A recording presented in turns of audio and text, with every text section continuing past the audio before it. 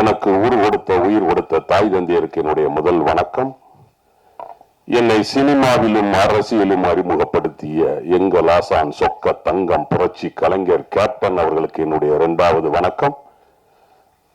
இங்கு வருகை வந்திருக்கும், முக்கியமாக மேடையில் அமர்ந்திருக்கும் இயக்குனர் திரு கே பாக்யராஜ் சார் அவர்களுக்கும், திரு பேரரசு சார் அவர்களுக்கும், மற்றும் மேடையில் அமர்ந்திருக்கும் எங்களுடைய சக கலைஞர்களுக்கும், மேடைக்கு முன்னால் அமர்ந்திருக்கும் பத்திரிகை, தொலைக்காட்சி, சோசியல் மீடியா உங்கள் அனைவருக்கும் என்னுடைய மூன்றாவது வணக்கம். என்னுடைய பேச்சில நிறைய இருந்தா எடுத்துக்குங்க, குறை இருந்தா மன்னிச்சுக்குங்க. சினிமா, மாஸ் மீடியா, இந்த சினிமாவை வச்சு நிறைய ஆட்சிகள் வந்திருக்கு. முக்கியமா தமிழ்நாட்டில் அந்த அளவுக்கு அந்த சினிமா ஒரு பவர்ஃபுல் மீடியா. அந்த சினிமாவில் நாங்கெல்லாம் இருக்கிறது மிகப்பெரிய ஒரு பெருமை. ஏன்னா நாங்கெல்லாம் Adyar film institute DFT direction, Bhagyaraj சாரோட படங்களை எங்களுக்கெல்லாம் போட்டு காட்டி அதை ஸ்கிரீன்லே அப்படின்னா என்ன அப்படிங்கிறத கற்றுக் கொடுப்பாங்க. சார் படத்தில் நான் நடிக்கலை, பட் சாரை நான் தூரமா பார்த்து ரசிச்சிருக்கிறேன். ஒரு பெரிய கொடுப்பனை என்னன்னா, நான் ஒரு படம் தயாரித்தேன் 2006 காதலே என் காதலே அப்படின்னு ஒரு படம் தயாரித்தேன். சார் அந்த படத்தை பார்க்க வந்தாங்க. பார்த்து ஃபுல்லா அதுக்கப்புறம் தான் தெரிஞ்சது சாரோட பையன் இதே மாதிரி ஒரு கதையில சார் நடிச்சிருந்தாங்க அப்படின்னு சொல்லிட்டு. அப்போ ஒரு 3 மணி நேரம் சாரோட நான் இருந்து அந்த படத்தை பார்த்தேன். பேரரசு சார் சொல்லி ஆகணும், திருப்பாச்சி பேசாம ஊருக்கு வந்தமா போனமா இல்லாம வீணா எங்க ஊரு கோயில் விஷயத்துல தலைவரி, எங்க ஆத்தாளுக்கு ஒரு ஆளை விட்டுறது ஒண்ணுதான், 10 ஆடை விட்டுறது ஒண்ணுதான், அடே பிடிச்சு கேட்டுங்கடா அப்படின்னு அந்த வசனம் பேசினேன். திருப்பாச்சிக்கு அப்புறம் தான் நான் நிறைய படங்கள் நான் நடிச்சேன். என்னுடைய முதல் படம் ரமணா, கேப்டன் அவர்களால் அறிமுகப்படுத்தப்பட்டு இன்றைக்கு தமிழ், தெலுங்கு, மலையாளம், கன்னடம், இந்தி ஆகிய 5 மொழிகளிலும் ஒரு 247 படம் பண்ணியிருக்கிறேன். ஒரு 54 சீரியல் நடிச்சிருக்கிறேன். பேரரசு சாரோட அந்த திருப்பாச்சிக்கு அப்புறம் தான் நான் நிறைய படங்கள் நடித்தேன். அவருக்கு ஸ்பெஷலாக ஒரு தேங்க்ஸு. அப்புறம் எங்களுடைய சக கலைஞர் எல்லாருக்குமே ரொம்ப நன்றி. அப்புறம் முக்கியமாக அப்பா மீடியா, ரிஷி சார். இந்த அப்பா மீடியாவில் நான் நிகழ்ச்சி தொகுத்து வழங்கிட்டு இருக்கிறேன். திரை விமர்சனம், உள்ளது உள்ளபடி சொன்னது சொன்னபடி அப்படின்னு சொல்லிட்டு ஒரு திரை விமர்சனம் பண்ணிட்டு இருக்கிறார். அது யாருக்கும் எந்த ஒரு பாதிப்பும் இல்லாம அந்த நிகழ்ச்சி போய்கிட்டு இருக்கு. ஏன்னா சார் கூட எனக்கு கூப்பிட்டு அழகா சொன்னார், இல்லை இந்த மாதிரி தாங்க அந்த சினிமா விமர்சனம் பண்ணணும். ஏன்னா நம்ம எல்லாம் இந்த தொழில இருக்கிறோம், அது நெகட்டிவா இருந்தா கூட அதை சூசகமா நாசுக்கா அதை நீங்க சொல்லணும் அப்படின்லாம் எனக்கு சார் சொல்லியிருக்கிறார். ஏன்னா மிக திறமையான ஆள் சார். 10 வருஷம் 15 வருஷம் முன்னாடியே படம் பண்ணியிருக்கிறாங்க ரிஷி சார். இந்த பாடல் எங்க அப்பா, ஏன்னா பார்க்கும்போதே தெரிஞ்சது, விஷுவலா மிரட்டி இருந்தாங்க எல்லாருமே. அந்த பாப்பாவை பத்தி சொன்னாங்க. நிச்சயமாக தமிழ் சினிமாவில் ஒரு சைல்டு ஆர்டிஸ்ட் மட்டும் இல்லாம வருங்காலத்தில் ஒரு பெரிய ஹீரோயினா வருவாங்க. அத்தனை அம்சங்களும் அவங்களுக்கு இருக்கு. ஏன்னா நம்மளால முடியாது. இவ்வளவு படம் நடிச்சிருக்கோம். ஒரு பாடல்ல நம்ம லிப்சிங்கர் எல்லாம் நம்மளெல்லாம் கொடுத்தாங்க. ஒரு பாட்டு பாடின ஒரு 2 நாள்ல நைட்டு அந்த மாஸ்டர், டான்ஸ் மாஸ்டர் ஒரு வழி ஆயிட்டாரு. நமக்குலாம் அவ்வளவு கஷ்டமா இருந்தது அந்த லிப்பை பிடிக்கிறது. ஏன்னா வசனம் பேசிடலாம், ஈஸியா வசனம் பேசிடலாம், ரியாக்ஷன் கொடுத்துடலாம். அந்த பாடலுக்கு அந்த லிப்பு கொடுக்கறது, அந்த டான்ஸ் ஆடுறதுங்கிறதுலாம் ரொம்ப கஷ்டமான விஷயம். ஏன்னா அது பாக்யராஜ் சாருக்கு நல்லாவே தெரியும். அது ரொம்ப ரொம்ப ரொம்ப கஷ்டமான விஷயம். இந்த வயசுல அவங்க கரெக்டா லிப்சிங் கொடுத்து அந்த பாடி லாங்குவேஜ் அதெல்லாம் மிகப்பெரிய விஷயம். பாப்பா சல்யூட் பாப்பா, உனக்கு ஆல் தி பெஸ்ட். அப்புறம் அப்பா, அது சார் சொன்னாங்க அப்பாவுக்கு டெபியூட் அப்படின்னு. உண்மையிலே தமிழ்ல ஒரு உன்னதமான ஒரு சொல் அப்படின்னு கேட்டீங்கன்னா அது அப்பா தான். அம்மாவோட அன்பு தெரியும் எல்லாருக்குமே, அப்பாவோட தியாகம் தெரியாது. அம்மாவோட கண்ணீர் எல்லாருக்குமே தெரியும், அப்பாவோட வேர்வை யாருக்குமே தெரியாது. அம்மா கொடுக்கிற முத்தம் எல்லாருக்குமே தெரியும். ஆனா அப்பாவோட கஷ்டம் துயரம் வந்து தெரியாது. ஒரே ஒரு சின்ன உதாரணம், என்ன மைக்க கொடுத்தீங்கன்னா நான் மணிக்கணக்கில் பேசுவேன். ஒரு சின்ன உதாரணம் மட்டும் சொல்லி, நிறைய பேர்லாம் இருக்கிறாங்க. ஒரு சின்ன உதாரணம் மட்டும் நான் வந்து சொல்லிக்கிறேன். அப்பா அப்படிங்கிறது வந்து எவ்வளவு ஒரு பெரிய வேல்யூபிளான ஒரு இது அப்படிங்கிறது. அலெக்சாண்டர் உங்களுக்கே தெரியும், மிகப்பெரிய ஒரு போர் வீரர். பாரசீக மன்னனை எதிர்த்து போய் போர் செய்யும் போது அவருக்கு வந்துட்டு ஜுரம் வந்துருது, காய்ச்சல் வந்துருது. அப்போ அந்த பாரசீக மன்னனுடைய வைத்தியர் வந்து இவருக்கு வந்து வைத்தியம் பார்க்க வர்றாரு. வைத்தியம் பார்த்துட்டு ஒரு மருந்து அவருக்கு கொடுக்க போகிறாரு. அப்போ வந்து ஒரு படை வீரன் குதிரையில வேகமா வந்து ஒரு ஓலையை கொடுக்கிறாரு. அந்த ஓலையில பிரிச்சு பார்த்தா, எதிரி நாட்டுல உள்ளவங்க எது கொடுத்தாலும் சாப்பிடாதீங்க அப்படின்னு அந்த ஓலையில எழுதி இருக்கு. இவர் அதை படிச்சுக்கிட்டு இருக்கும் போது அந்த மருந்து கேட்கிறாரு, உங்க பேர் என்னன்னு கேட்கிறாரு அந்த வைத்தியர்கிட்ட. பிலிப் அப்படிங்கிறாப்புல. அந்த மருந்தை வாங்கி குடிச்சிடுறாரு. குடிச்சிட்டதுக்கு அப்புறம் அந்த ஓலையை படிச்சு பார்க்கிறாரு. அதுக்கப்புறம் வந்து எல்லாம் கேட்கறாங்க என்ன எழுதிருக்கு அப்படின்னு. இந்த மாதிரி எதிரி நாட்டில் உள்ளவங்க வந்து எதுவும் கொடுத்தா வந்து சாப்பிடாதீங்கன்றது. ஆனா நான் அதை வந்து மருந்தை சாப்பிட்டுட்டேன் அப்படின்னு ஒண்ணு. ஏன் அப்படின்னு கேட்கிறாங்க. எங்க அப்பா பேரும் பிலிப்பு தான், அதனால பிலிப்புங்கிறவங்க தப்பு செய்ய மாட்டாங்க அப்படிங்கிறது. அது அது அந்த அப்பாவுக்கு அந்த பேருக்கு எவ்வளவு விஷயங்கள் இருக்கு பாருங்க. அதனாலதான் வந்து ஏன்னா எங்க ஊர்லயே ஒரு உண்மை சம்பவம் நடந்தது. இதை மட்டும் நான் பேசி முடிச்சுக்கிறேன். திருநெல்வேலி என்ன நேட்டிவ். முதல் மரியாதை படத்துல வந்து பாரதி ராஜா சார் வந்து வச்சிருப்பார்ல, அந்த கிளைமாக்ஸ்ல பெரிய ஒரு ஐயா சிவாஜி சாரோட உயிர் இழுத்துக்கிட்டு இருக்கும்போது ராதாமா ஜெயில இருந்து வந்து அந்த காலை அப்படி வச்ச உடனே அந்த உயிர் போகும் பாத்தீங்களா. அதே மாதிரி எங்க ஊர்ல உண்மையிலே நடந்தது. திருநெல்வேலியில ஒரு அப்பா, 2 பசங்க, ஒரு பொண்ணு. அவர் இறக்கும் தருவாயில வந்து பொண்ணு வந்து சண்டை போட்டு அண்ணாமார்கிட்ட சண்டை போட்டுட்டு போயிட்டாங்க. ஏன்னா சொத்து பிரிக்கும் போது சொத்து பிரிச்சது, நகை பிரிக்கும் போது நகையை கொடுக்கல. இந்த 2 பசங்க மட்டும் எடுத்துட்டாங்க. இவா இனிமே அவங்க மூஞ்சிலே முழிக்க மாட்டேன்னு சொல்லிட்டு போயிட்டா, பாம்பே போயிட்டா. அப்போ இழுத்துக்கிட்டு இருக்கு. அப்போ எங்க நம்ம ஊர்ல எல்லாம் சொல்லுவாங்க கடைசி பால் ஊத்துவாங்க அப்படின்னு சொல்லிட்டு. அப்போ அவங்க அப்பாவோட ஃப்ரெண்ட் எல்லாம் சொல்றாங்க, அவருக்கு வந்து திருநெல்வேலி அல்வான்னா ரொம்ப பிடிக்கும், அந்த அல்வாவை கரைச்சி கொடுங்க உயிர் போயிடும் அப்படிங்கிறாங்க. அல்வா கரைச்சி கொடுக்குறாங்க. அது குடிச்சிட்டு அவர் ஏப்பா விட்டு உயிர் போகல. அடுத்து இன்னொரு அப்பாவோட நண்பர் சொல்றாரு, அவர் பிரேஸ்லெட் போடணும்னு ரொம்ப ஆசைப்பட்டாரு, தங்கத்து மேல ரொம்ப ஆசைப்பட்டாரு, ஒரு பிரேஸ்லெட் எப்படியாவது வாங்கி போடுங்க கையில உயிர் போயிடும் அப்படிங்கிறாங்க. அது போட்டு பார்த்தாங்க, நடக்கல. அப்புறம் அவருக்கு வந்து மண் இடம் அந்த எல்லாம் பார்த்தா ரொம்ப ஆசை, மண்ணை கரைச்சி அந்த தண்ணியை கொஞ்சம் கொடுங்க போயிடும் அப்படின்னு ஒருத்தர் சொல்றாரு. அதையும் பார்த்தாங்க, ஒன்றுமே போகல, உயிர் போகல, இழுத்துக்கிட்டு தான் இருக்கு. அப்போ ஒரே ஒரு பக்கத்து வீட்டு ஆவா சொல்லிச்சா, ஏய் முட்டாள், உங்க அக்காவை வர சொல்லுங்கடா, அவ வந்தா உயிர் போகண்டா அப்படின்னு. பாம்பேல இருந்து பிளைட்டை பிடிச்சி மதுரைக்கு வந்து, மதுரையில இருந்து திருநெல்வேலிக்கு வந்து அந்த அப்பாவை வந்து அந்த அப்பாவோட உள்ளங்கையை பிடிச்சி அப்பாவும் அப்படி பாக்குறாரு. கண்ணுல இருந்து 2 கண்ணுல இருந்து அப்படி கண்ணீர் வருது. அந்த அப்பாவுக்கு 1000 கற்பனைகள் அந்த கையிலையும் அந்த கண்ணிலையும் தெரியுது. அந்த பொண்ணு பிறக்கும் போது உள்ள சந்தோஷம், அந்த பொண்ணு சடங்காகும் போது உள்ள ஆனந்தம், அந்த பொண்ணு கல்யாணம் முடிஞ்சு கண்ணீர் விட்டு அழுது போகும்போது இவர் அழுக இவருக்கு தெரியுது.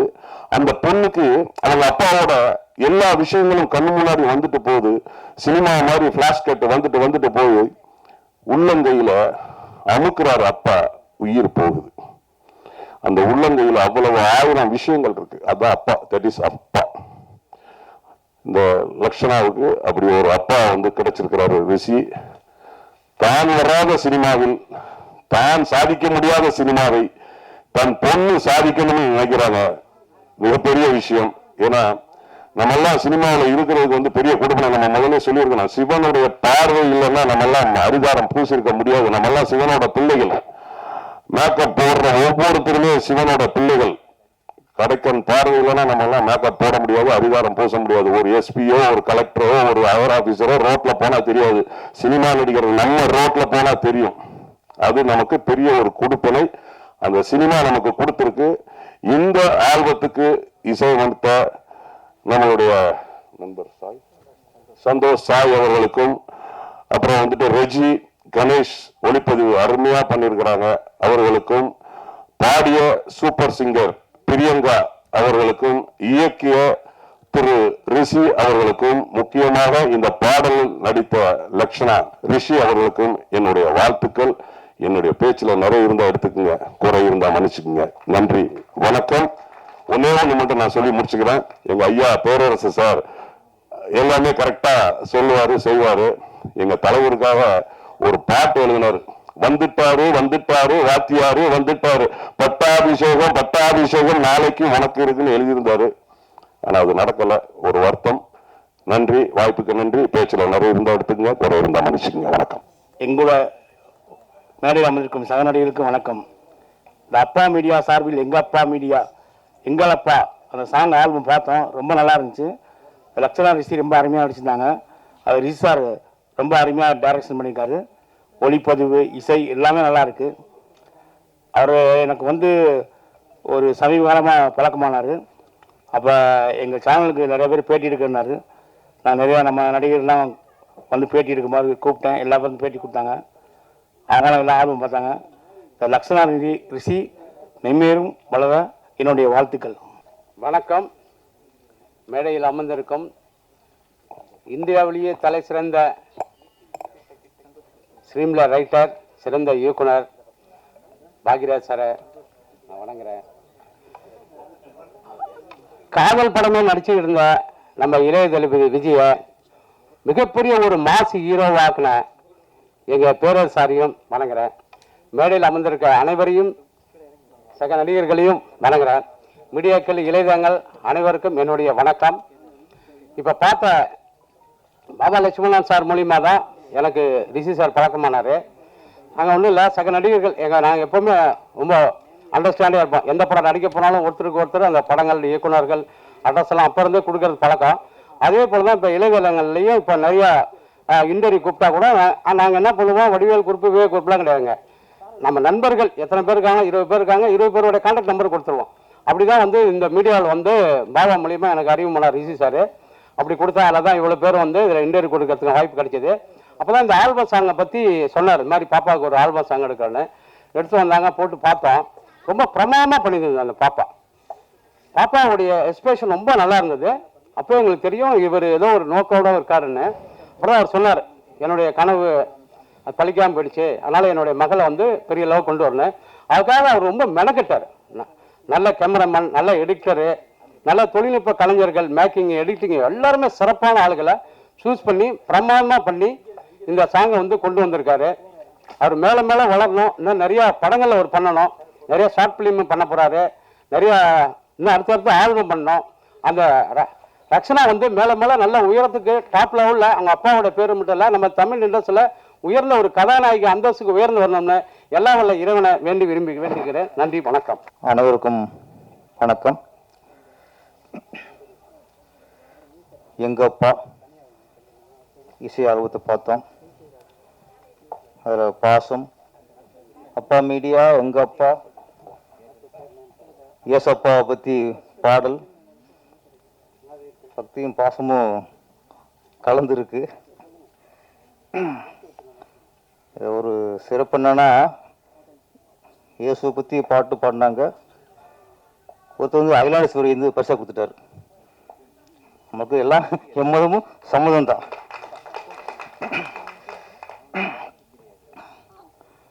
இன்னைக்கு ஒன்று தெரிஞ்சு போச்சு,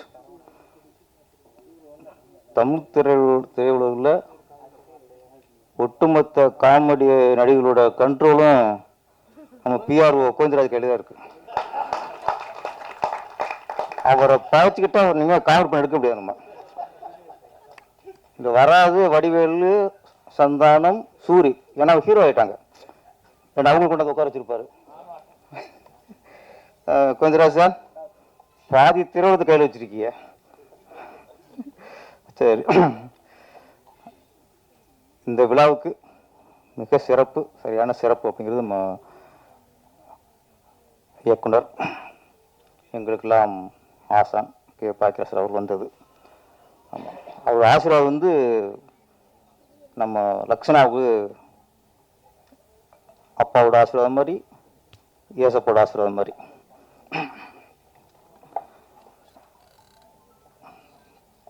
பாடல் வந்து பக்தி பாடல். ஆனால் இங்கே நிறைய வெளிப்பட்டது அப்பாவோட பாசம்தான். ஆமாம், ஒரு மனுஷனுக்கு இருக்க வேண்டிய ரெண்டு, முதல்ல பாசம், பக்தி. அது நம்ம இயேசு நினைச்சாலும் சரி, அல்லாஹ் நினைச்சாலும் சரி, இல்லை சிவன், முருகன், பிள்ளையார், யார் நினைச்சாலும் சரி, மனுஷனுக்கு பக்தி வேணும்.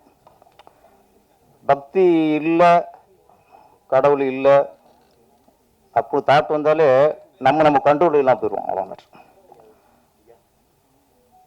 கடவுள் ஒருத்தர் இருக்காரு, அவர் இருக்காரோ இல்லையோ, அவர் இருக்காருன்னு நம்ம நினைக்கணும்.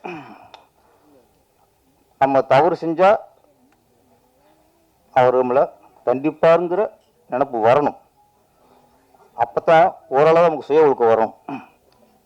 நம்ம என்னதான் பண்ணலாம் அப்படின்னு எப்போ நினைப்போம்னா, கடவுள் இல்லைன்னு நினைக்க வந்தாலே நம்ம என்ன பண்ணாலும் யாரும் கேட்க முடியாதுங்கிற ஒரு திமிரு வந்துடும். அப்போ சுய ஒழுக்கத்துக்கும் நம்ம கட்டுப்படுத்துறதுக்கும் பக்தி வேணும். அதையும் யாரும் கும்பிடலாம், கடவுள் யாரானா இருக்கலாம், ஆனால் மனுஷனுக்கு பக்தி இருக்கணும். அதில் இந்த பாடல் குழந்தை இயேசு நடித்து பாடும்போது முழுக்க ஒரு பக்தி பாடல். நம்ம கமர்ஷியலாக குத்து பாடலுங்கிறது என்ஜாய் பண்ணுறதுக்கு ஓகே, பக்தி பாடலுங்கிறது நம்ம வாழ்க்கைக்கு சரியாக போகிறது பக்தி பாடல் வேணும். இப்போ நிறைய குறைஞ்சிச்சு. சினிமா ஒரு காலத்தில் நிறைய பக்தி படங்கள் இருந்துச்சு. திருவிளையாடல், சரஸ்வதி சிவபதம், கந்தன் கருணை, அன்னை வேளாங்கண்ணி, நிறைய பக்தி படம் வந்துச்சு. இப்போ பக்தி படங்களே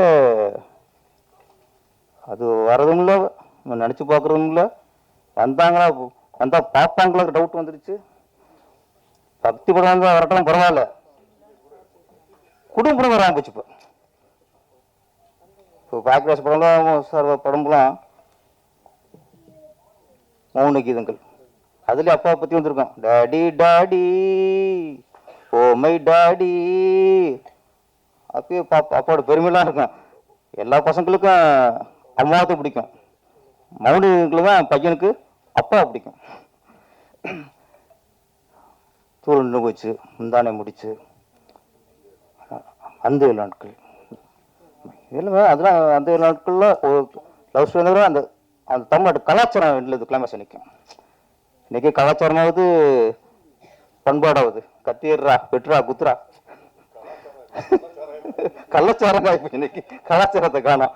ஆமாம், ஏன்னா இந்த மாதிரி பக்தி பாடலில் பார்க்கும்போது இன்னைக்கு ஒரு ஆறுதலாக இருக்கு, ரொம்ப ஒரு ஆறுதலாக இருக்கு. எங்க அப்பா அப்படிங்கும்போது எல்லாருக்குமே இப்போ இங்கே வந்தோன்னா அவங்களுக்கு கண்டிப்பாக அவங்க அப்பா ஞாபகம் வந்திருக்கும். அப்போ எனக்கு வரணும்ல, நம்ம உதவிக்கினார் இருந்தால் அப்போ எதுவும் கேட்க முடியாது. எங்கள் அப்பா டைரக்டர் ஆகிட்டோம், சம்பாதிச்சோம், அப்பாவது கேட்டிருக்கலாம். நான் கேட்பேன், ஏதாவது வேணும் அப்பா, வாங்கிட்டு வரமாட்டு. இது வரைக்கும் அவர் எதுவுமே ஒன்று வேணாம் சொன்னார். அவர் எங்கிட்ட ஒருவரோட ஒன்று கேட்டார். என்னன்னா, ஒரு புக்கு கேட்டார் என்கிட்ட. இங்கெல்லாம் கிடைக்கலப்பா, இங்கே இருந்து வாங்கிட்டு வா அப்படின்னாரு. அதுதான் ஃபஸ்ட் விஷயம் அவர் என்கிட்ட கேட்டது. அது என்ன புக்குனா, பாக்கிய வாரதில்லை பாக்கியராசர் வந்து இந்த கேள்வி பதில்னு ஒரு பகுதி இருக்கும். அது பல தொகுப்பு வந்துச்சு. அந்த தொகுப்பு எல்லாத்தையும் வாங்கிட்டு சொன்னார். அது ஒன்று தான் எங்கள் அப்பா என்கிட்ட கேட்டது. அது சாருக்கான்னு சொல்ல, சார் தனியாக அதை சொல்லியிருக்கேனா, எனக்கு தெரிஞ்சு அவங்ககிட்ட கேட்டது இது ஒன்று தான். அப்போ பாக்கியராசர் மூலியமா எங்கள் அப்பாவுக்கு நான் பண்ண பெரிய கடமை அந்த புக்கை வாங்கி கொடுத்தது தான். அப்புறம் நான் உதவி இயக்குனராக ட்ரை பண்ணி எங்கள் குருநாதர் ராமநாதர்கிட்ட சேர்ந்துட்டேன். அசிஸ்டண்டாக சேர்ந்து அந்த படத்துக்கு முதல்ல ஒரு சம்பளம் கொடுத்தாங்க. சம்பளம் வாங்கணுன்னா அதை செலவு பண்ணாமல் நேர் கொண்டு எங்கள் அப்பாட்ட இந்த பணத்தை கொடுத்தேன். வாங்கிட்டு அதுக்கப்புறம் பார்த்தா அடுத்த தடவை போகும்போது அந்த பணத்துக்கு ஒரு மோதிரத்தை வாங்கி ஒரு கையில் போட்டுக்கிட்டார். அந்த பணம் தங்க மோதிரம் வாங்க முடியாது, அது வெள்ளி மோதிரம் வாங்க முடியுமா? அதனால் ஒரு வெள்ளி மோதிரத்தை வாங்கி என் பையன் ஃபஸ்ட்டு சம்பாதிச்சு கொடுத்த பணம் அப்புறம் அது ஞாபகமாக வெள்ளி மோதிரத்தை போட்டார். இது நடந்து 20 நிமிஷம் இருக்கும். இன்றைக்கி எங்கள் அப்பாக்கில் இந்த மோதிரம் இருக்குது.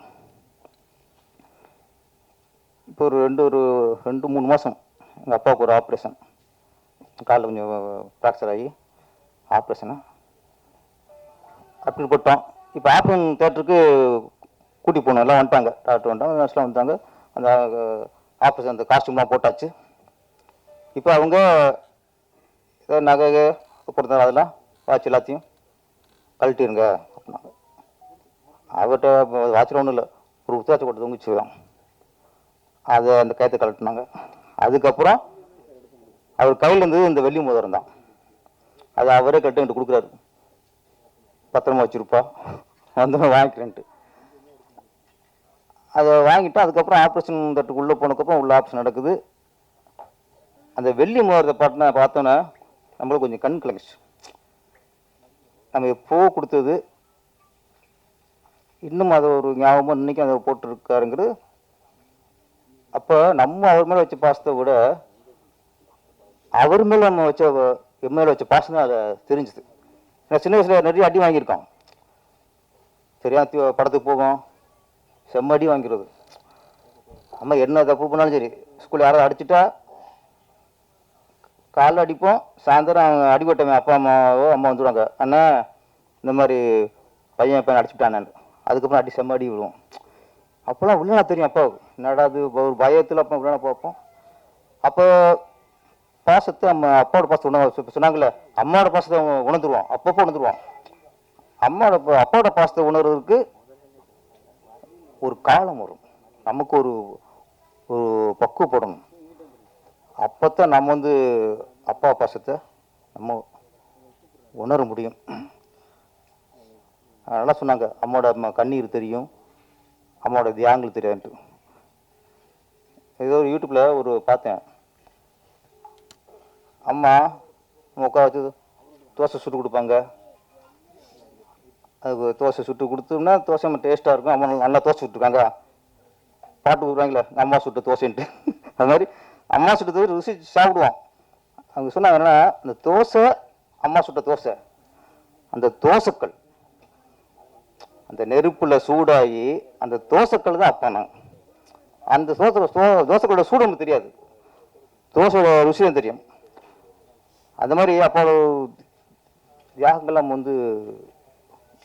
ஒரு காலத்தில் உணர்வோம். அது நம்ம அப்பா ஆகும்போது உணரப்படும். அதுவும் பெண் குழந்தை, ஆண் குழந்தைய பார்த்தா அது அறவைப்பா, பெண் குழந்தைய பார்த்தா தான் முழு அப்பா. அப்போ தான் நிறைய பேர் பெண் குழந்தை பார்த்தா தான் நிறைய பேர் முழுமை தானே அப்போ உணர்வாங்க.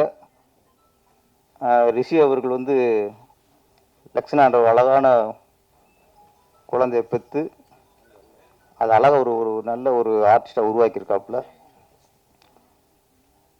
இந்த பாடலில் எல்லாம் சொன்னாங்க, இந்த லிப்ஸிங்கிட்டு அது மாதிரி பெரிய ஆர்டிஸ்ட்லேயே இதை திணறுவாங்க.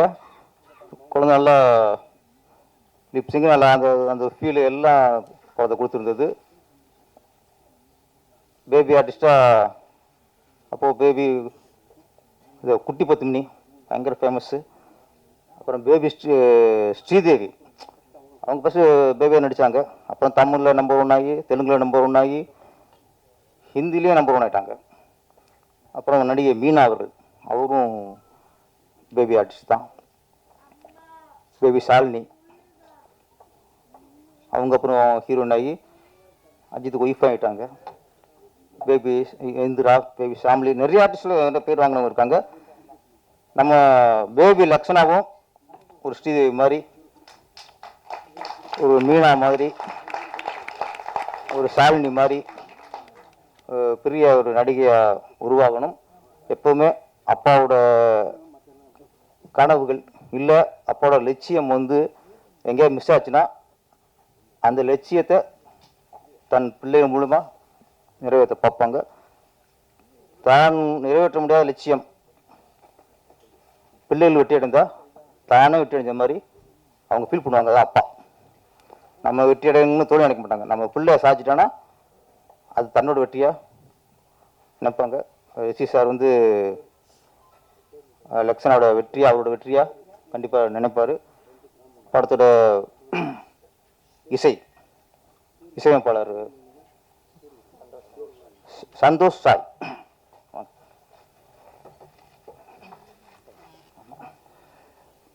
படத்தோட இசையமைப்பாளர் சந்தோஷ் சாய் அவர்கள் நல்ல ஒரு பக்தி பாடல்னா கூட அது ரொம்ப நம்ம சிலதான் பக்தி பாடல் ரொம்ப இதாக இருக்கும்.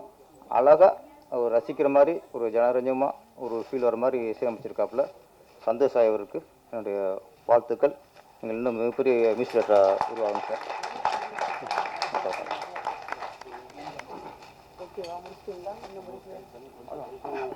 சரி முடிக்க சொல்லிட்டாங்க.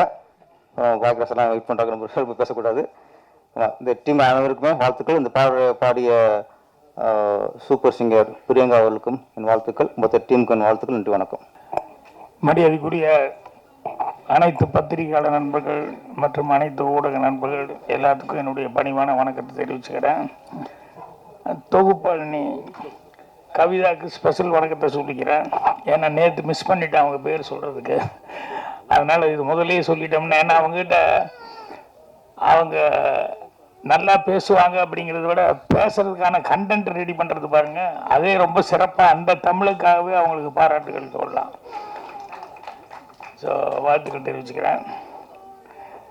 லட்சியா ரிஷி அவங்களுடைய லட்சணா ரிஷிங்கிறது அவங்க வச்ச பேர். என்னை பொறுத்த வரைக்கும் அவர் லட்சியா ரிஷி தான். ஏன்னா இன்னைக்கு வந்து வெற்றி படிக்கட்டு முதல் வெற்றி படிக்கட்டில் வந்து ஏறி இருக்காங்க. இனி அடுத்து பல லட்சியங்கள் இருக்குது அவங்களுக்கு. அதனால் பல லட்சிய படிக்கட்டில் வந்து அவங்க ஏறணும். அதுக்கு நிறைய பேர் லைனாக வாழ்த்து சொல்லியிருந்தாங்க. ஒருத்தரும் ஒன்றும் மிச்சம் விடாத அளவுக்கு எல்லா சிறப்புகளையும் சொல்லிட்டாங்க. ஃபோட்டோகிராஃபிலேருந்து, மியூசிக்லேருந்து, எடிட்டிங்லேருந்து, அந்த பொண்ணு நடிப்புலேருந்து, லிப்சிங்லேருந்து எல்லாமே ரொம்ப சிறப்பாக சொல்லியிருந்தாங்க. அதே மாதிரி இந்த அப்பா அப்படிங்கிறதுனால வந்து மீசி ராஜேந்திரோட ரொம்ப சிறப்பாக அப்பாவை பற்றி பேசினார். ஸோ இதில் வந்து ரிஷி அவர்களுடைய பங்குங்கிறது ரொம்ப முக்கியம். என்னென்னா, என்ன குழந்தைங்கிறது வந்து அது ஒரு பெரிய ஆர்ட். குழந்தை வளர்ப்பு அப்படிங்கிறது இருக்க அது சாதாரண விஷயம் இல்லை. அது குழந்தை கேட்குற கேள்வியெல்லாம் இருக்குது. அதையெல்லாம் சமாளித்து அதை வந்து நம்ம ரூட்டுக்கு இழுத்துட்டு வர்றதுங்கிறது சொல்லுவாங்கள்ல, ஒரு குழந்தை கல்யாண ஆரம்பத்தில் நான் ஏன் இல்லை அப்படின்னு சொல்லி கேட்டதான். இல்லைம்மா, நீ வந்து அந்த நேரத்தில் நீ இல்லை, நீ எங்கே போன, ஏன் என்னை விட்டுட்டீங்க, என்னை விட்டுட்டு எப்படி ஃபோட்டோ எடுத்தீங்கன்னு. இல்லை அது அந்த நேரத்தில் நீ இன்னும் பிறக்கலைன்னா இல்லை உங்கள் அம்மா வயிற்றுல இருந்தது. இல்லை நீங்கள் பொய் சொல்கிறீங்க. இல்லைம்மா உங்கள் அம்மா வயிற்றுல தான் இருந்தேன். இல்லை வயிறு பெருசாக இல்லையா, எங்கள் அம்மாவுக்கு சாதாரணமாக தானே இருந்தது. இல்லைம்மா அது பின்னால் தான் பெருசாச்சு, அது எப்படி பெருசாச்சு அப்படின்னு இப்படி கன்னியூ பண்ணிகிட்டே போயிட்டுருக்கோம் குழந்தைகிட்ட. அது அவ்வளோ சிரமமான ஒரு சமாச்சாரம். அதே மாதிரி அவங்க வந்து நம்ம நினைக்கிறது வந்து அவங்க மேலே வந்து நம்ம சில நேரங்களில் வந்து பேரண்ட்ஸ் பண்ணுற பெரிய தப்பு. அந்த குழந்தைக்கு என்ன அப்படிங்கிறத வந்து அது மைண்டில் இருக்கிறத வந்து சில நேரங்களில் பேரண்ட்ஸ் வந்து இவங்க ஆசைக்காக அதை போட்டு திணிப்பாங்க. அதுக்கு முடியுதா முடியலையா, அதுக்கு அதில் இன்ட்ரெஸ்ட் இருக்கா இல்லையா அப்படின்னு சொல்லிட்டு. அதனால் நிறைய இடங்களில் வந்து அந்த மிஸ்டேக் வந்துடும். அது வந்து இவங்க வந்து ரொம்ப ரிஷி அவர்களுக்கு வந்து கரெக்டாக சிங்க் ஆகிடுச்சு. ஏன்னா அவருடைய லட்சியம் வந்து சினிமாவில் ஏதாவது ஒரு சாதிக்கணும் அப்படின்னு சொல்லிட்டு, அதில் பை ஆக்சிடெண்ட்டாக அது ஒன்று ஆகிப்போச்சு, அவரால் முடியல அப்படிங்கும்போது அதை அந்த குழந்தைகிட்ட வந்து அது மூலமாவது நம்ம வெளிப்படுத்தி சந்தோஷப்படணும் அப்படிங்கிறது ஒரு லட்சியமாக எடுத்துக்கிட்டு தான் இவ்வளவு சிறப்பாக அதை பண்ணியிருக்காரு. இதுக்கு அந்த குழந்தைகிட்ட எல்லா தகுதியும் இருக்கணும். அதுதான் கடவுள் அனுகிரகம் அப்படிங்கிறது. ஏன்னா இவர் நினச்சா அந்த பொண்ணுக்கு இன்ட்ரெஸ்ட் இல்லைன்னா என்ன பண்ண முடியும். ஸோ அந்த பொண்ணு எவ்வளோ தூரம் இன்ட்ரெஸ்ட் எடுத்து இதை வந்து அந்த நடிக்கிறதுக்கும் பாடுறதுக்கு லிப்பு கொடுக்கறதுக்கும் இதுக்கெல்லாம் மனப்பாடம் பண்ணுற அளவுக்கு அந்த பொண்ணுக்கிட்ட அவ்வளவு கெப்பாசிட்டி அந்த பொண்ணுக்கிட்ட இருந்தது அப்படிங்கிறது இவருடைய லட்சியத்தை நிறைவேற்றுறதுக்கு அந்த அளவுக்கு ஒரு குழந்தையை வந்து அவங்க கொடுத்துருக்காங்கங்கிறது அது கடவுள் இது. அதனால் நிச்சயமாக அந்த குழந்தை வந்து எல்லோரும் பேரண்ட்ஸ்லேருந்து எல்லோரும் சொல்லிக்கிட்டு இருந்தாங்க இல்லையா, அவங்க அந்த மாதிரி வந்து அந்த குழந்தை வந்து ஒவ்வொன்றிலையும் வந்து ஸ்டெப் பை ஸ்டெப்பு நல்லா வரப்போகுது. அதுக்கு என்னுடைய வாழ்த்துக்களை தெரிவிச்சுக்கிறேன். இந்த அப்பான்னு டைட்டில் வச்சுருக்கிறதுனால வந்து பேரரசு எல்லாம் அவங்க அப்பாவை பற்றி சொல்லிட்டு இருந்தார். எனக்கு அவங்க அப்பா எங்கள் அப்பாவை பற்றி ஞாபகம் இல்லை, எங்கள் அப்பாவை விட எங்கள் அம்மாவோட அப்பா இருக்காரு, அதுதான் எனக்கு ஞாபகத்துக்கு வந்தது. ஏன்னா எங்கள் தாத்தாவுக்கு எங்கள் அம்மா மேலே அவ்வளோ பிரியம். ஒரே பொண்ணு, இது 2 பேரும் பசங்க, எங்கள் அம்மா தான் மூத்தது. ஸோ எங்கள் அம்மா மேலே வந்து எங்கள் தாத்தாவுக்கு வந்து எவ்வளோ பாசம் இருந்தது அப்படிங்கிறத வந்து எனக்கு இன்றைக்கி நினச்சாலும் கண்ணில் தண்ணி வரும். என்னென்னா எங்கள் அம்மா உடம்புக்கு முடியாமல் முதல்ல போயிட்டாங்க. அதை வந்து எங்கள் தாத்தா கிட்ட எப்படி சொல்கிறதுன்னு தெரியாமல் அன்றைக்கி எல்லோரும் அலமோதுறாங்க. ஏன்னா இவரே வயசானவர் 78-80 பக்கம் வந்துடுச்சு. அதனால் இவர்கிட்ட அதை சொன்னால் இவரால் தாங்கிக்க முடியுமா, ஒரு அப்பாவாக அவர் எவ்வளோ பாசம் வச்சுருக்காரு அப்படிங்கிறதுனால என்ன எப்படி சொல்கிறது என்னன்னெலாம் தெரியாமல் ஒன்றும் சொல்ல போனோம்னா எங்கள் அண்ணன்லாம் வந்து இந்த இதாக ஒன்று பண்ணுவாங்க, முரட்டு வைத்தியம் பண்ணுவாங்களே, அந்த மாதிரி எங்கள் தாத்தாவுக்கு ட்ரிங்க்ஸ் ஊற்றி விட்டு எப்படியாவது தூங்க விட்டு, ஏன்னா இதை பார்த்துட்டு அவர் டபால் நெஞ்சை பிடிச்சிட்டு எங்கா போயிட்டு என்ன பண்ணுறதுன்னு அப்படியெல்லாம் செஞ்சு படுக்க வச்சாங்க. ஆனால் அதையெல்லாம் தாண்டி எங்கள் தாத்தா வந்து தெரிஞ்சுக்கிட்டாரு. தெரிஞ்சதுக்கப்புறம் வந்து அவரால் தாங்கிக்க முடியல. என் பொண்ணு அவள் சந்தோஷம் இல்லாமல் அவள் போய் சேர்ந்துட்டா நான் இனிமேல் லைஃப்பில் என்னது சந்தோஷம் அப்படின்னு அடிக்கடி எங்கள் பாட்டிக்கிட்ட புலம்பிகிட்டே இருப்பார். ஒரு நாள் நைட்டு ஜன்னல் ஓரமாக படுத்துக்கிட்டு இருந்த ஒரு கட்டிலில் டமான்னு ஒரு சத்தம். எல்லாம் தடா கூட எழுந்திரிச்சு போய் பார்த்தா எங்கள் தாத்தா முனகல் சத்தம். என்னடான்னா அவர் கழுத்தில் சுருக்க மாட்டி அந்த ஜன்னல் வழியாக ஜன்னல்லேருந்து அப்படியே கீழே ட்ரை பண்ணிட்டார். சுருக்க மாட்டி போனால் கீழே விழுந்துட்டார். அது உருவிட்டு படாலும் விழுந்து இடுப்பு அடிபட்டு இடுப்பு முடிஞ்சு. என்னாச்சு, எதுக்கு இப்படி பண்ண? இல்லை அம்மளே போயிட்டா எனக்கு இருக்கு இஷ்டம் இல்லை அப்படின்னு எங்கள் தாத்தா சொன்னார். ஸோ ஒரு அப்பாவுக்கு அவ்வளோ வயசுலேயே கூட எங்கள் அம்மா மேலே எவ்வளோ பிரியம் இருந்தது அப்படின்னு நினச்சி பார்த்தா இன்றைக்கி எங்கள் தாத்தா நினைக்கும் போது எனக்கு இங்கே அப்பான்னு வரும்போது எங்கள் அம்மாவோட அப்பா அவர் எந்த அளவுக்கு சின்ன வயசுலேருந்து எங்கள் அம்மா மேலே பாசமாக இருந்திருப்பார் அப்படிங்கிறது வந்து இப்போ இவங்கெல்லாம் சொல்லிட்டு இருக்கும்போது எனக்கு எங்கள் தாத்தா ஞாபகம் தான் வருது. அவர் என்ன ஹியூமரான ஒரு கேரக்டர், இவ்வளோ சீரியஸான ஆள், ஆனால் ஹியூமரான ஒரு கேரக்டர். அவர் இப்போ டெட் பெட்டில் படுத்து இருக்கும்போது கூட இங்கேருந்து நான் போய் பார்க்கலான்னு சொல்லி போனால் ஏதாவது காசு கீசு இந்த தாத்தா அப்படின்னு சொல்லி கொடுத்தோம்னா யார் எங்கள் அத்தை அவங்க இவங்க எல்லோரும் போய் கேட்பாங்க. அவர் வந்து யார்கிட்டையும் கொடுக்க மாட்டார், எப்படி பார்த்துக்கிட்டே இருப்பார். பார்த்துக்கிட்டே தேரம் தேரம் தேரமான எங்கள் பாட்டி, எங்கள் பாட்டி வந்தால் பாட்டி கையில் தான் கொடுப்பாரு. அந்த வயசில் அப்படி படுத்து கிடக்கிறாரு. அப்போ கூட காசு வேறு யார் குழந்தைகள்லாம் கேட்டு பார்ப்பாங்க, யார் கேட்டாலும் கொடுக்க மாட்டார். எங்கள் பாட்டி கையில் கொடுத்துட்டு தான் இது பண்ணுவார். அதே மாதிரி ஒரு நாள் இவ்வளோ தான் போயிடுவார் இவர் அப்படிங்கிற மாதிரிலாம் நினச்சிட்டு எல்லா சொந்த பந்துகளும் சொல்லி விட்டாங்க. இவர் அப்படியே கண் திறந்துட்டு அப்படியே பார்த்தார். ஒவ்வொருத்தராக வந்தாங்க, ஏதோ ஒன்று கொடுப்பாங்கல்ல அந்த கடைசி நேரத்தில் அப்படின்னு. அவர் மெல்ல பாட்டி கூப்பிட்டாரு. போயிட்டு அடுத்த வாரம் நமக்கு ஏதோ விசேஷம் வருது இல்லையா, அன்னைக்கு வர சொல்லு, அது வரைக்கும் நான் போக மாட்டேன், எல்லாத்தையும் அனுப்பிச்சி விடு அப்படின்னு சொல்லிட்டு அதை கூட அவர் தான் டிசைடு பண்ணார். எல்லாருமே போயிடுவார் இன்னைக்கு அப்படிங்கிற அளவுக்கு இது பண்ணார். ஸோ அந்த மாதிரி ஒரு எங்கள் அம்மாவுக்கு அப்பாவாக இருந்தது அப்படிங்கிறது வந்து இன்னைக்கு வரைக்கும் நான் நினச்சி பார்க்கும்போதெல்லாம் எங்கள் தாத்தா வந்து அவ்வளோ இதாக இருக்கும். ஸோ ஒரு ஃபேமிலி அப்படிங்கிறதுல வந்து குடும்பத்தில் எந்த அளவுக்கு இருப்பாங்கன்னு. ஸோ இன்றைக்கி வந்து லக்ஷ்ணா ரிஷிங்கிறது வந்து ரிஷியாக வந்து ஒவ்வொரு லட்சியத்துலேயும் வந்து அவங்க ஜெயிக்கணும். எப்போ அப்பா அம்மா அவங்கெல்லாம் வந்து இவ்வளோ தூரம் கான்சன்ட்ரேட் பண்ணி அந்த குழந்தை இது பண்ணுறாங்களோ, ஏன்னா நிறைய குழந்தைகளுக்கு வந்து சின்ன வயசில் என்ன அவங்களுக்கு லைக்னஸ் அப்படிங்கிறது நமக்கு தெரியாது. தெரியாமையே அதுக்குள்ளே கொண்டு போய் விட்டு ஃபோர்ஸ் பண்ணுவோம். இப்போ பூர்ணிமாவே வந்து எப்படியாவது வந்து பாட்டு பாடுன்னு சொல்லி கொடுத்தாங்க. பாட்டில் இன்ட்ரெஸ்டே இல்லை, ஆனால் தெரியாமல் ஏதோ ஒரு விதத்தில் டான்ஸ் மட்டும் கற்றுக்கிட்டது அது சினிமாவுக்கு வந்ததுனால ஹெல்ப் ஆகி போச்சு. இவ்வளவெல்லாம் ஜிவி பிரகாஷ் எனக்கு தெரிஞ்சு அவன் சின்ன பையனாக இருக்கும்போது கூப்பிட்டு வந்து என்னோட படத்தில் பாடுறதுக்காக கூப்பிட்டு வந்தான். முடியவே முடியாது, அங்கே ஓடுறான் இங்கே ஓடுறான் எங்கெங்கேயோ ஓடிக்கிட்டு இருக்காப்புல. அவங்க அம்மா டேய் டேய் டேய்னு அவங்க அம்மா கெஞ்சி கூத்தாடி கூப்பிட்டு வந்து அப்புறம் அவங்க அம்மா முதல்ல எனக்கு சொல்லிக் கொடுங்க சார், நான் சொல்லிக் கொடுக்குறேன் அப்படின்னு சொல்லிட்டு முதல்ல அவங்க அம்மாவுக்கு டியூன் கொடுத்து அவங்க அம்மா கற்றுக்கிட்டு அதுக்கப்புறமா அவனை பிடிச்சி ஒரு ஓரமாக உட்கார வச்சு அவனை சமாதானப்படுத்தி அப்புறம் அந்த டியூனை வந்து வாங்கிட்டு அப்புறம் ரொம்ப நேரத்துக்கு அப்புறம் கரெக்டாக பாடினான். அப்போ நான் நினச்சேன் இவன் மியூசிக் லைனுக்கு வரவே மாட்டான்னு, பாட்டு பாடுறதுக்கு இவ்வளோ தகராறுன்னு இவன் எங்கே வர போகிறான்னு. ஆனால் இன்றைக்கி பாருங்கள், நல்ல மியூசிக் டைரக்டர்னு பிரமாதமாக பாட்டும் போடுறான், ஹீரோவாகவும் நடிக்கிறான், எல்லாமே பண்ணான். ஸோ சின்ன வயசாக இருக்கும்போது நமக்கு தெரியல இந்த குழந்தைக்கு என்ன, அவனுக்கு நம்ம ஏதோ நினைக்கிறோம் சரி இது வராது இதில் வராது அப்படின்னு சொல்லிட்டு அவங்களாம் வளரும் போது அவங்களுக்காக ஒரு பக்குவம் வரும்போது அவங்க எல்லா விஷயங்களையும் வந்து அவங்களுக்கு விருப்பமான முறையில் போனால் தான் கரெக்டாக செய்ய முடியும். என்னை விட்டுருந்தா நான் ஒர்க் ஷாப் தான் பார்த்துட்டு இருந்திருப்பேன் ஊரில். என்னை வந்து அப்படி தான் பிடிச்சி அவனா கொண்டு போய் ஒர்க் ஷாப் பார்த்துக்கோ அங்கே இருக்க வேலைக்காரங்களை பாரு அப்படின்னு சொல்லுவாங்க. எனக்கு அந்த உத்தியோகம் பிடிக்கல, ஓடி வந்ததுனால நான் நினச்ச மாதிரி இருக்க முடிஞ்சது. அதனால் அந்த குழந்தைக்கு வந்து இப்போ என்னென்னா பேரண்ட்ஸ் வந்து இவங்க வந்து அவங்க நினைக்கிறது வந்து அந்த குழந்தை மூலமாக நிறைவேற்றுன்னு நினைக்கிறாங்க. ஆனால் அந்த குழந்தைகிட்ட அந்த டேலண்ட் ரொம்ப பிரமாதமாக இருக்குது. அதனால் அந்த குழந்தை வந்து நிச்சயமாக இத்தனை பேர் ஆசீர்வாதம் இருக்கிறதுனால நிச்சயமாக நான் சொன்ன மாதிரி ரிஷியாக வந்து எல்லா லட்சியத்தையும் வந்து சக்ஸஸ்ஃபுல்லாக பண்ணணும் அப்படின்னு சொல்லி என்னுடைய மனமார்ந்த வாழ்த்துக்களை தெரிவிச்சுக்கிறேன். இன்னும் 2 ப்ரோக்ராம் இருக்கிறதுனால தான் இவ்வளோ அவசரமாக பேசிட்டு போகிறேன். இல்லைன்னா நான் வந்து இன்னும் கொஞ்சம் நேரம் வரைக்கும் கூட இருந்திருப்பேன்.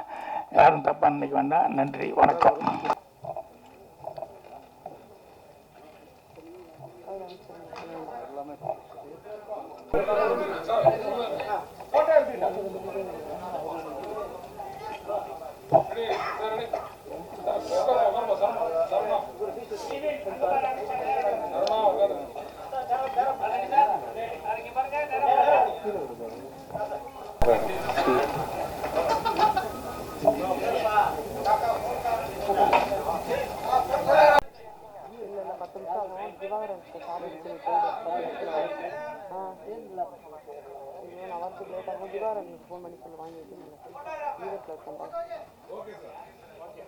இசையமைப்பாளர் சந்தோஷ் அவர்களுக்கு